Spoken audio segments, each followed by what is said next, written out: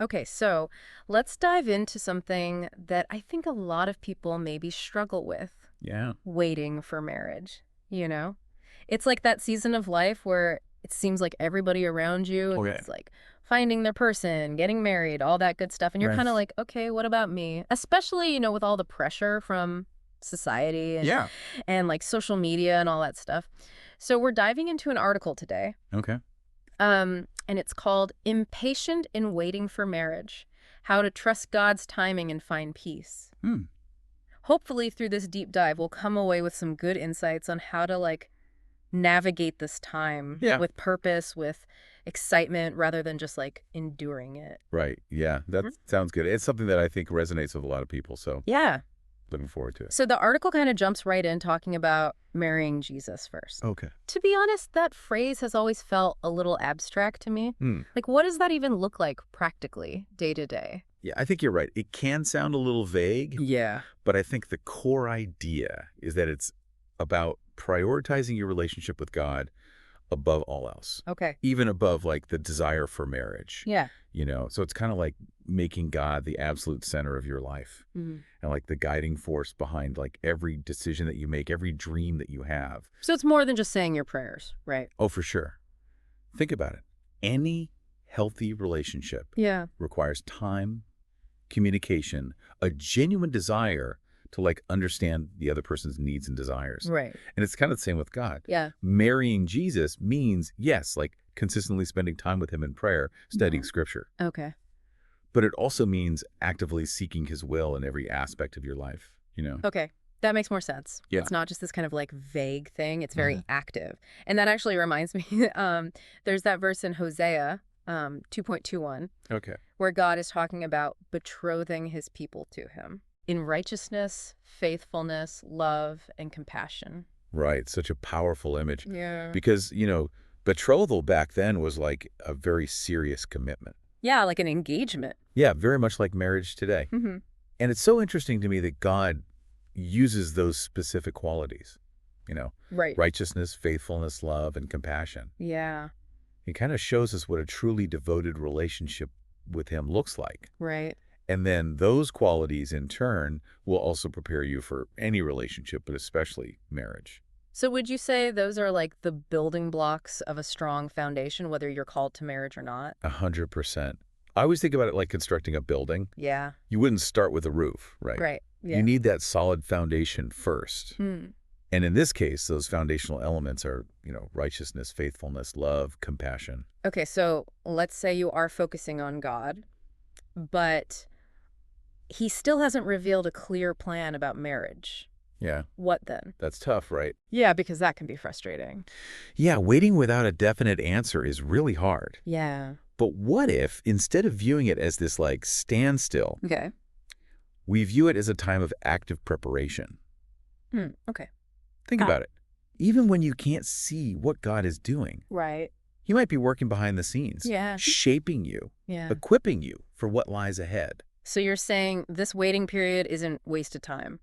Exactly. It's actually, it's interesting because the article emphasizes that preparation for marriage Okay. is often a sign that God is already at work in your life. Hmm. Like he might be nudging you to develop certain skills or character qualities Right. that will be essential in a future relationship. That makes me think of a friend of mine Yeah. who she felt this strong pull to become more financially literate Mm. when she was single. At the time, it felt kind of random, but Mm. later on, she realized those skills were so crucial Of when course. she got married. Yeah, that makes total sense. So it's like you never know what God is kind of preparing you for. Right. And it might not even be something you can see right away. Absolutely. So interesting. And it highlights the value of investing in yourself during this season. Yeah. Think personal growth, spiritual maturity, honing practical skills. Mhm. All of those things contribute not only to a healthy marriage, Mhm. but also just to a well-rounded life in general. Okay, so we're building that strong foundation, focusing on our relationship with God, Right. trusting God's timing. But the article also talks about vanity Okay. and the danger of chasing after the wind. It seems a little bit different, a little bit more philosophical. A little more abstract. Yeah. Yeah. What's the takeaway there? Well, I think it is a little more philosophical, Yeah. but it's crucial because it addresses our motivations. Okay. It's like this. Chasing butterflies seems really fun and carefree at first, right? You're running around trying to catch them. Yeah. But in the end, you're left exhausted and empty-handed. Yeah. And maybe a little bit silly. Yeah. Right. And that's kind of what the article is warning us about. So are you saying that getting married is like chasing butterflies? Not exactly. It's more that the article is reminding us that anything earthly, Okay. even something as wonderful as marriage, is ultimately temporary. Right. And so if we make marriage like the ultimate goal, Hmm. the be-all and end-all, we risk missing out on the bigger picture. Okay. And it's so easy to get caught up in that pursuit, Yay. especially in a culture that often overemphasizes romantic relationships. Yeah, absolutely. For sure. So if marriage isn't the ultimate goal, Yeah. then what is? That's a great question.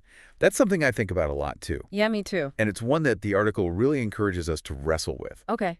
Ultimately, it points us back to the eternal significance of serving God Mm. and fulfilling his purpose for our lives. Okay. Yeah. That's definitely a perspective shift for sure. Because I know for me, sometimes it's hard to see beyond like my own desires or Yeah. my own anxieties about the future. Absolutely. But this idea of like focusing on a bigger purpose is really powerful. It is. And, Jesus himself addresses this in Mark 12:25 Okay. when he talks about the resurrection. Right. He reminds us that in that context, people will neither marry nor be given in marriage. Whoa. Okay.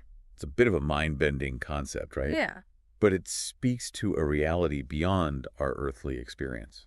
Okay. Wow. That's pretty profound. Yeah. I'm not sure I completely understand the implications of that, but it definitely makes me think. Yeah, it's definitely something to ponder. Yeah. And perhaps it's a reminder that, our ultimate fulfillment comes from a relationship with God, Mm. a relationship that extends beyond the confines of this earthly life. Yeah. Okay. So we're building a strong foundation, focusing on our relationship with God, Right. keeping the bigger picture in mind. Yeah. But how do we navigate the very real pressures and temptations?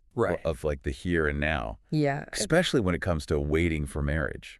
Yeah, that's where things get really practical. Okay. And that's where the article offers some, I think, incredibly relevant advice, especially in today's world. Okay. I'm all ears. Well, the article specifically calls out something that I think a lot of us can relate to. Let me guess. Social media. You got it. Social media. The article calls it a potential trap. Yeah. And with good reason, right? Right. Because the, look at me culture of social media can really warp our perceptions of reality and make us feel inadequate, Yeah. Like you scroll through endless wedding photos, engagement announcements, picture-perfect couples, and it's so easy to start feeling like you're falling behind. Oh, I've totally been there. Yeah. Like it feels like everybody else is living their best life. Yeah. And you're stuck in this waiting room. Yeah, that's exactly the feeling that the article cautions against. It reminds us that what we see on social media is often a very curated highlight reel. Right. It's not the full story. Right. So what's the solution? Well, Do we just delete all our social media? I mean, that might be an option for some people. Yeah. But I think even taking a temporary break from social media can be incredibly helpful. Okay. The article calls it a social media detox Yeah. and allows you to step back, gain some perspective, and reconnect with what truly matters. Yeah, It's like hitting the reset button, giving yourself a chance to breathe, exactly. refocus. Yeah. And Yeah. during that time, you can be really intentional about filling your life with things Right. Yeah. that are genuinely edifying and life-giving. Mm. Maybe that's spending more time in nature, connecting with loved ones, Yeah. diving into a hobby that brings you joy. Right. So we're talking about replacing those potentially negative influences Yeah, with positive ones. exactly. That makes a lot of sense. Yeah. But what about those moments when impatience just creeps in? Even when you're not scrolling through social media, Yeah. the article mentions prayer, fasting, and unloading on God. Those sound pretty intense. They might sound intense, but they can also be incredibly liberating. Okay. These are practices that have been used for centuries to connect with God on a deeper level, Yeah. especially during times of struggle or uncertainty. So what does unloading on God actually mean? Yeah. Am I picturing yelling at the sky?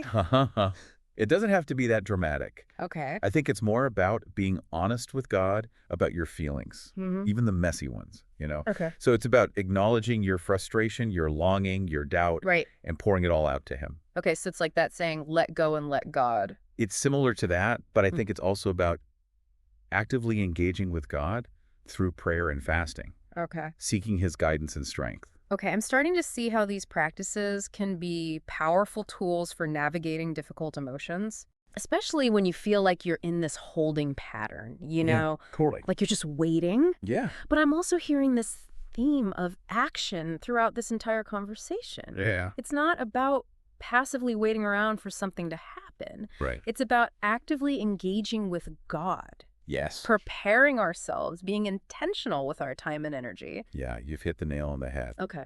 This waiting season, whether it's for marriage or anything else, is an invitation Yeah. to become the best version of yourself. Mm. Not just for a future relationship, but for a fulfilling life, period. I love that. Yeah, So we're not just sitting around twiddling our thumbs. right. We're actively preparing ourselves, deepening our relationship with God. Absolutely. Maybe even discovering new passions and skills along the way. Yeah. That's a much more empowering way to approach this season. For sure. And it's a journey worth embracing, even when it feels challenging. Yeah, for sure. Absolutely.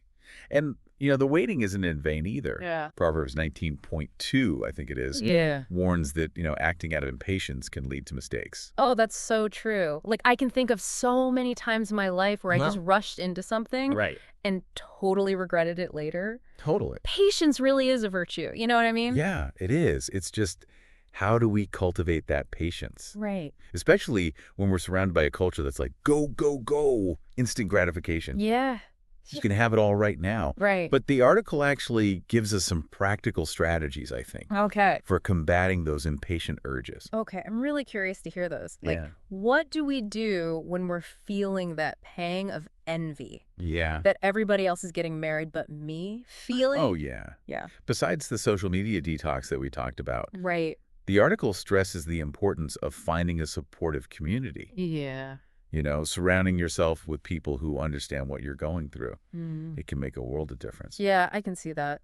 It's like having a team of cheerleaders Right. who are there to encourage you, Yeah. remind you that you're not alone. That makes sense. I feel like it's so easy to feel isolated Yeah. when you're struggling with something that Right. maybe other people don't fully understand, or Yeah, and especially if... it's not something they're going through. Right, exactly. Having that safe space to share your feelings Yeah. and just get support, that's so valuable. For sure. And the article also highlights the power of service. Mm. When you shift your focus outward, Okay. away from your own anxieties and desires, Yeah. it can really help to cultivate a sense of gratitude and purpose. This reminds me of that quote. Mhm. The best way to find yourself is to lose yourself in the service of others. It's so true. Yeah. When you're pouring your energy into something bigger than yourself, Mm. it can really take your mind off your own worries, Yeah. give you a renewed perspective. Okay, so we're talking about practical steps, like surrounding ourselves with a supportive community. Engaging in acts of service, being mindful of our social media consumption. Yes. These are all things that are within our control, Yeah, even when it feels like our circumstances aren't. totally. And it's important to remember that this season, however long it lasts, Yeah. is ultimately an opportunity. Okay. It's a chance to grow closer to God, to discover your passions and purpose, Right. and to prepare yourself for the incredible adventure that lies ahead. I've always kind of struggled with the word wait. Yeah. It feels so passive, like you're just sitting around doing nothing. Right. But I love how this conversation is reframing waiting Yeah. as an active process of preparation and growth. It is, for sure. Yeah, I think that's a really helpful way to look at it. it is. It's much more empowering, Yeah, totally. Instead of being passive and like, Right. woe is me, it's like, no, I'm actively working towards something, Exactly. even in this season. Totally. Yeah. So as we wrap up this deep dive, What's like the one message you hope our listeners take away from this conversation? I would say this. If you're in that season of waiting for marriage, Okay. remember that you're not alone. Hmm. God is with you every step of the way. Yeah. And this time is not wasted time. Right. It's a precious opportunity to deepen your relationship with Him, Hmm. to become the best version of yourself, Okay. and to trust that His plan for your life is unfolding exactly as it should, Right. even when you don't see the full picture yet.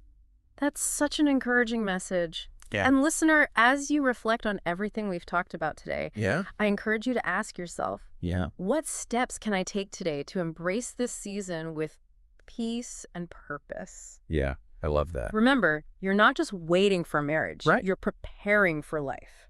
That's good. Yeah. I like that. You know? Yeah. And who knows, maybe Yeah. this preparation is leading you to something even greater than Absolutely. you've ever imagined. It could be. I think that's the beauty of it. Yeah. You know? Yeah, that's a really good point. We don't know what God has in store, Right, exactly. but we can trust that it's good. Yeah, I love that. So Now that's an exciting thought. it is. Thanks for joining us on this deep dive. Yeah, this is fun. Yeah.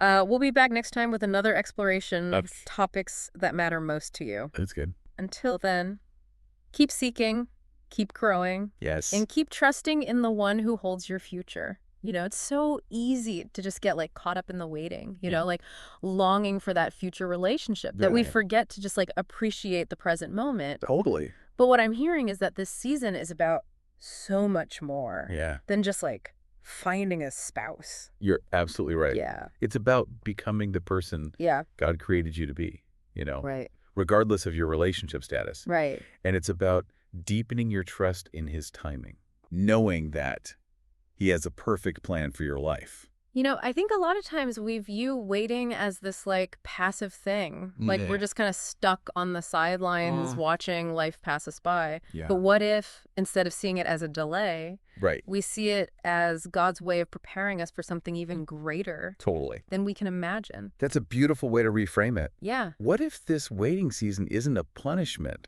but a gift? Yeah. A time to cultivate the qualities that will not only make us better spouses, Right. but better people overall. It's like that saying, everything happens for a reason. Yeah. It's hard to see it in the moment. Right. But sometimes looking back, you're like, oh, Mhm. wow, those times that were really difficult or frustrating, Right. those were actually so crucial for my growth. Absolutely. Mhm. And who knows, maybe the reason you're waiting for marriage right now Mhm. is because God is protecting you from something or Yeah. preparing you for something even more amazing than you could have ever dreamed of. Okay, that gives me chills. Yeah. It's so easy to get caught up in our own timelines and expectations. Totally. But ultimately, Yeah. we have to surrender to God's plan, trusting that He knows what's best for us, even when it doesn't make sense. Yeah, trusting in God's timing is definitely a key takeaway from all of this. Right. It's not always easy, but it's where we find true peace and contentment. So as we kind of wrap up this deep dive Yeah. into the topic of waiting for marriage, Okay. I think the biggest takeaway for me, Yeah. and hopefully for our listener, Right. is that this season doesn't have to be a time of anxiety or frustration. It can actually be an incredible opportunity for growth, For sure. self-discovery, Yeah. and deepening our relationship with God. Beautifully said. And listener, as you go about your day today, Yeah. we encourage you to reflect on this question.